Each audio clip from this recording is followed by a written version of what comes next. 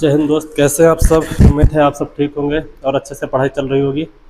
और हम लोग कल अकबर को पढ़ रहे थे। अकबर का स्टार्ट कर दिया कि अकबर का शासनकाल कब से कब तक था और अकबर ने कैसे अपने पिताजी की जो विरासत थी उसको कैसे संभालता है और कैसे दिल्ली और आगरा की गद्दी पर बैठकर शासन करने का काम करता है। कैसे उसने गुजरात जीता, जम्मू कश्मीर जीता या फिर ये राजस्थान का राजपूताना क्षेत्र इसको कैसे हासिल करा, इन सभी विषय में हम लोग पढ़ रहे थे। और उसी के आगे आज हम लोग स्टार्ट करते हैं। तो सभी लोग देखेंगे अकबर का जो गुजरात अभियान था, इसे याद रखेंगे। अकबर ने जो गुजरात अभियान किया था 1572 में, इसने अहमदाबाद सूरत क्षेत्र को जीता। और गुजरात विजय की याद में इसने, इसे याद रखना, गुजरात जब विजय प्राप्त करता है तो इसी की याद में इसने बुलंद दरवाजे का भी निर्माण करवाया जो फतेहपुर सीकरी में है। तो इसे सभी लोग याद रखेंगे।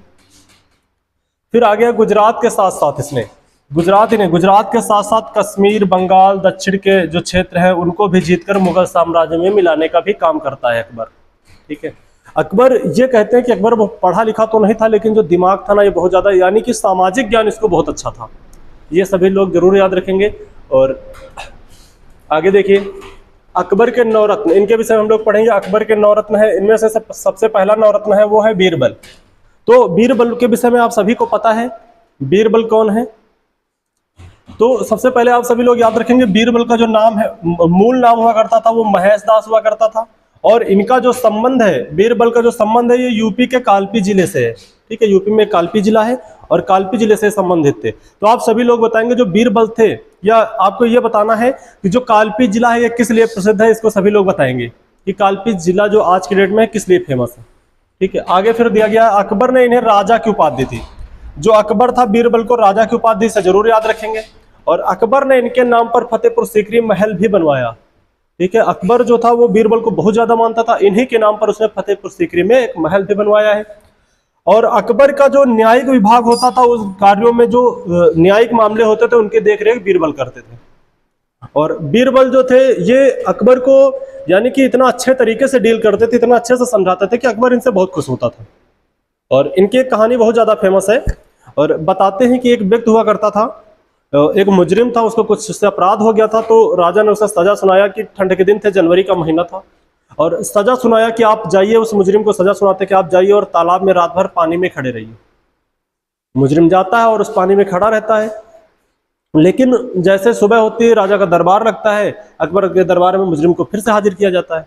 और अकबर जो थे वो उस मुजरिम से पूछते हैं कि आप रात भर किसके सहारे खड़े रहे, कैसे रात आपने बिताई। तो उसने कहा सर हम जो खड़े थे और रात भर हम महल में एक दीपक जल रहा था, उसे दीपक को देख के हमने रात गुजार दिया। तो अकबर ने कहा फिर से आपको सजा सुनाई जाती है और आपको रात भर आप दीपक से आपको उष्मा यानी ऊर्जा मिलती रहे, आप रात भर खड़े रहे। फिर से उसे सजा सुनाते हैं और फिर से वो मुजरिम जाता है, सजा काटता है।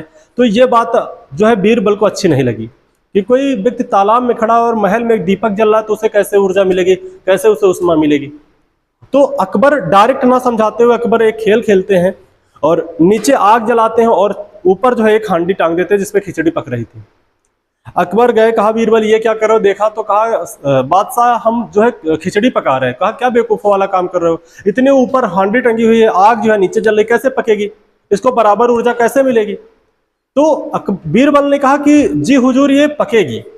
अकबर चले जाते हैं, फिर आते फिर देखते वो खिचड़ी वैसे की वैसे वो लगातार आग जला रहे हैं। तो अकबर ने फिर से वही क्वेश्चन कहा और बीरबल ने कहा जी हुजूर ये जरूर पकेगी।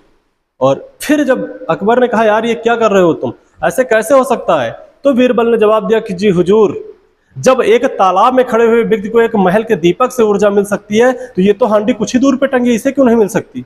तो फिर अकबर के दिमाग में आया कि हमसे कहीं ना कहीं कुछ गलती हुई है और उस मुजरिम को बुलाते हैं और उसकी सजा माफ करते हैं। ये बीरबल का दिमाग हुआ करता था। तो बीरबल की बहुत सारी कहानियां फेमस, उन पे हम अभी जानेंगे, बहुत अच्छे से जानेंगे और बहुत सारी कहानियां हैं और हम साथ साथ में पढ़ते रहेंगे। ठीक है, एक कहानी मैं और बता दूं। अकबर को जब दरबार में लाया गया था पहली बार, वो जब इनको बीरबल को जब अकबर के दरबार में लाया गया था पहली बार, तो इनके दरबार में एक मुल्ला दो प्याजा रहते थे जो वाक्य पटुता का काम करते थे, यानी तुरंत जवाब देते थे, कोई भी क्वेश्चन पूछा जाता था। तो जब बीरबल को लाया गया, अकबर ने बताया बहुत ही विद्वान व्यक्ति हैं, तो मुल्ला दो प्याजा ने कहा कि अगर इतना ही विद्वान तो है तो इनको ऐसे कैसे रख लिया जाएगा दरबार में, इन्हें रखा जाएगा उससे पहले इनसे कुछ क्वेश्चन किए जाएंगे, अगर ये जवाब देंगे तो रखा जाएगा, नहीं तो नहीं। तो अकबर इजाजत देते हैं कि ठीक है आप पूछ सकते हो। बीरबल खड़े हैं और मुल्ला दो प्याजा ने अकबर से पूछा कि जो आप ये बताइए कि इस समय हम अपने दिमाग में क्या सोच रहे हैं। आप भी सोच रहे होंगे क्या क्वेश्चन पूछ रहा है, क्या तुम्हारे दिमाग में चल रहा है, बीरबल को क्या पता। तो मुल्ला दो प्याजा ने कहा कि आप बताइए कि हमारे दिमाग में हम इस समय क्या सोच रहे हैं। तो बीरबल बिल्कुल मुस्कुराते हुए बहुत जो आपको ये भी पता है जो बीरबल थे ये इनका संबंध यूपी से था और यूपी वाले लोग तो ऐसे भी खतरनाक होते हैं। बीरबल ने जवाब दिया, बीरबल ने कहा इस समय आप सोच रहे हो कि अकबर जो है ना, अकबर का साम्राज्य हमेशा कायम रहे और अकबर जो है और शक्तिशाली होते रहें और अकबर का जो साम्राज्य है लगातार बढ़ते रहे, यानी कि आप अकबर की भलाई के विषय में इस समय सोच रहे हैं। तो मुल्ला दो प्याजा ने कहा बिल्कुल सही आपने कहा, एकदम 100% हम यही सोच रहे थे। क्यों? क्योंकि उनके बगल में अकबर लिए तलवार खड़े थे। उन्हें अगर जो मुल्ला दो प्याजा कहते कि हम ऐसा नहीं सोच रहे तो तलवार से वो गर्दन उड़ा देता। इसीलिए कहा कि आप राजा की भलाई के विषय में सोच रहे हैं, आप राजा की लंबी आयु के विषय में सोच रहे हैं। और मुल्ला दो प्याजा ने कहा हम बिल्कुल यही सोच रहे हैं। तो बीरबल का दिमाग ऐसा था कि ऐसा आंसर दिया कि वो ना कह ही नहीं सकते थे, क्योंकि बगल में अकबर खड़े हुए थे और कौन नौकर है जो राजा के सामने कहेगा कि हम उनकी भलाई नहीं सोच रहे हैं। तो ये थे बीरबल, ठीक है। और बहुत सारी चीजें हम उनको साथ साथ में जानते रहेंगे।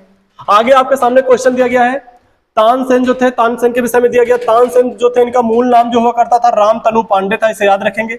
और इनका जो संबंध है ये ग्वालियर से थे, यानी ग्वालियर से संबंधित है। ये भी बताया जाता है, कई इतिहासकारों का मत है कि जो रामतनु पांडे थे ये अकबर के दरबार में आने से पहले रीवा के राजा जो थे रामचंद्र देव उनके दरबार में रहते थे, कई इतिहासकारों का ये भी कहना है। और इनका संबंध जो है ये गायक थे, और आप याद रखना कौन सी गायक के लिए प्रसिद्ध थे, ध्रुपद गायकी के लिए जाने जाते थे तानसेन, ठीक है। और अकबर ने इन्हें काठ भरड़वाड़ी की जो विशाल उपाधि दी थी इन्हें, ठीक है, विलास उपाधि दी थी। और एक चीज और याद रखेंगे, इनके गुरु बहुत ज्यादा पूछे जाते हैं। जो तानसेन थे इनके गुरु को आप याद रखेंगे स्वामी हरिदास इनके गुरु जी का नाम था, और इन्होंने इस्लाम धर्म को स्वीकार किया था। लगा हुआ रामतनु पांडे आपको पता है पंडित घराने से थे, ब्राह्मण घराने से थे, लेकिन बाद में इन्होंने जो है इस्लाम धर्म को स्वीकार कर लिया था। ये सारी चीजें आप सभी लोग याद रखेंगे। इसके आगे आपके सामने क्वेश्चन दिया गया है टोडरमल, ठीक है। टोडरमल जो थे इनका जो संबंध है यूपी के सीतापुर से है, इसे याद रखेंगे। और अकबर के पहले ये शेर शाह सूरी के दरबार में रहते थे।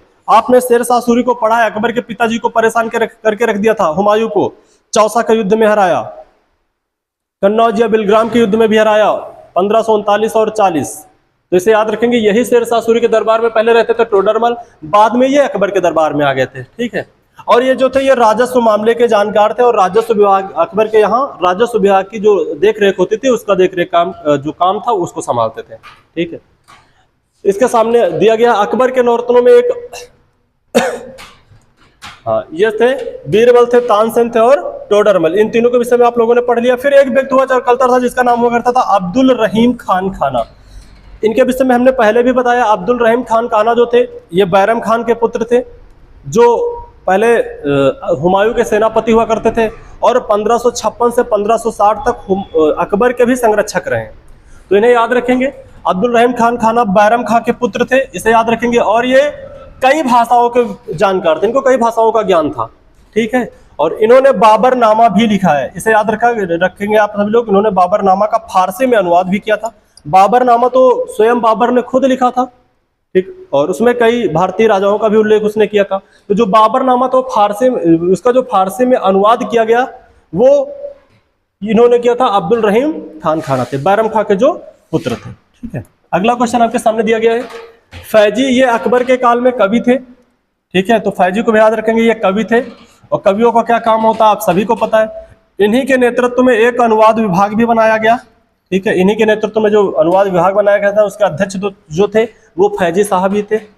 और ये एक प्रसिद्ध पुस्तक हुआ करती थी, हमने अपने प्रैक्टिस सेट में से हल भी करवाया, स्टैटिक जीके का जो प्रैक्टिस सेट है देख लेना सभी लोग। एक पुस्तक थी लीलावती, हमने आपको ये भी बताया था गणित से संबंधित थी, और गणित में भी वो अंक गणित से संबंधित थी, इसकी चर्चा हमने उसमें किया है, डिटेल में बताया भी है, उसको देख लेना सभी लोग। तो प्रसिद्ध गणित की पुस्तक जो लीलावती है इसका भी फारसी में अनुवाद किया गया, और उसका जो नेतृत्व कर रहे थे वो फैजी ही कर रहे थे, इसे याद रखेंगे, ठीक है। अगला क्वेश्चन आपके सामने दिया गया है, अबुल फजल, इनके एक दरबारी कवि थे अबुल फजल, ये दीन ए इलाही धर्म के मुख्य पुरोहित थे, इसे याद रखेंगे।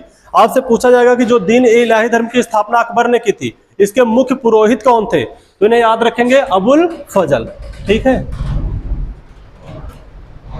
हाँ, इन्हें सभी लोग याद रखेंगे। जो दीन ए इलाही थे इसे याद रखना, अकबर द्वारा शुरू किया गया था। जो दीन ए इलाही धर्म था इसे याद रखना, ये तो मुख्य पुरोहित थे और जो शुरू किया गया था ये अकबर के द्वारा शुरू किया। कई बार पूछा गया कि दीन ए इलाही धर्म को स्टार्ट करने वाला बादशाह कौन था, तो याद रखेंगे अकबर था।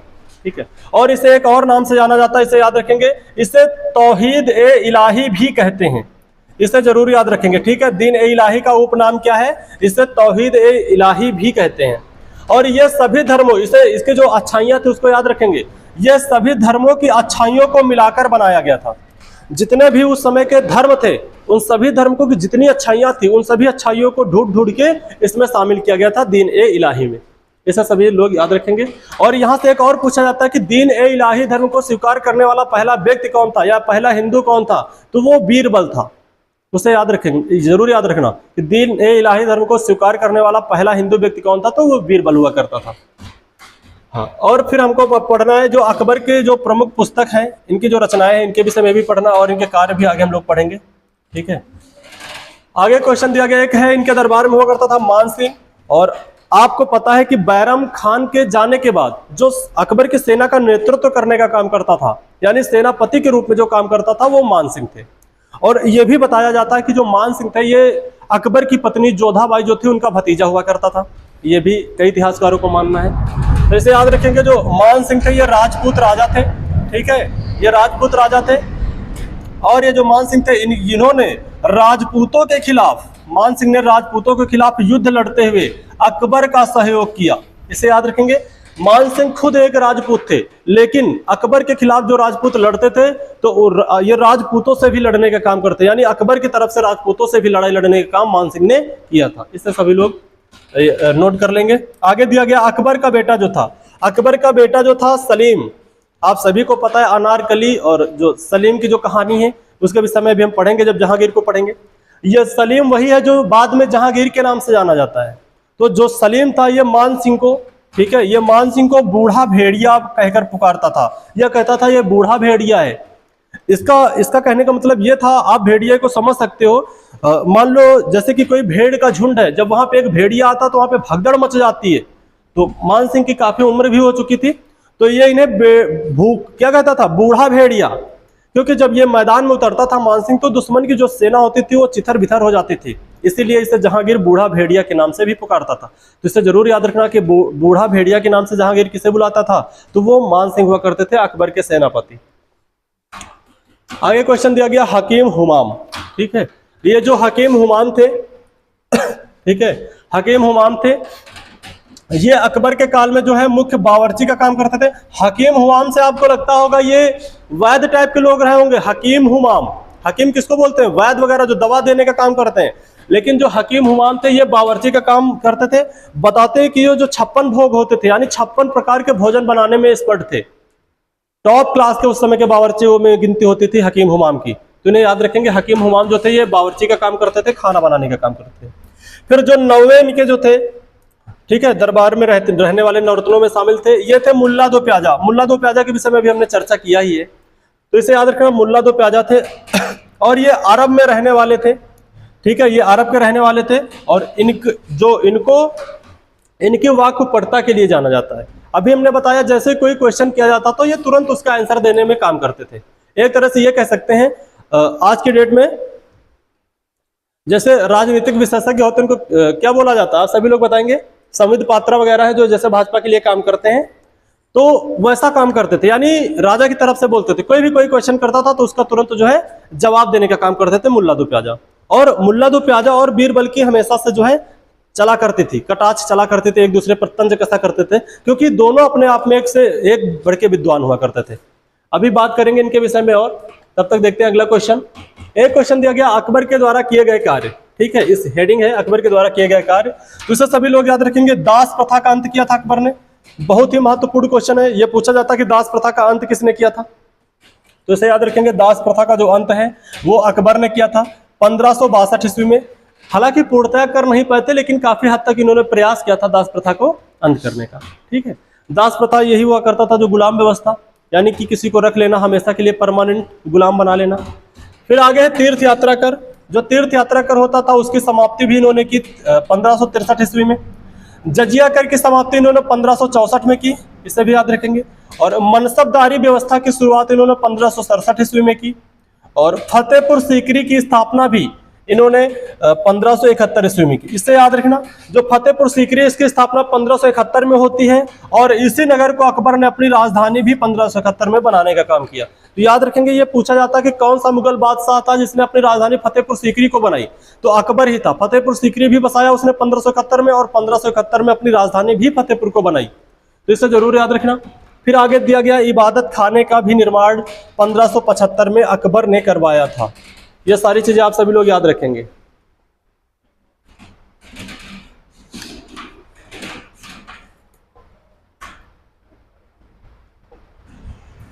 इसके आगे क्वेश्चन दिया गया है एक जजिया कर, इसे सभी लोग याद रखेंगे। जजिया कर के विषय में आप सभी को पता है, जजिया कर एक धार्मिक कर हुआ करता था, ठीक है। और जो जजिया कर है यह एक धार्मिक कर हुआ करता था। इसका उल्लेख इस्लामी कानून में मिलता है। जजिया कर का जो उल्लेख है इस्लामी कानून में मिलता है, और यह गैर मुसलमानों से लिया जाता था, ठीक है। यह गैर मुसलमानों से लिए जाने वाला एक कर था।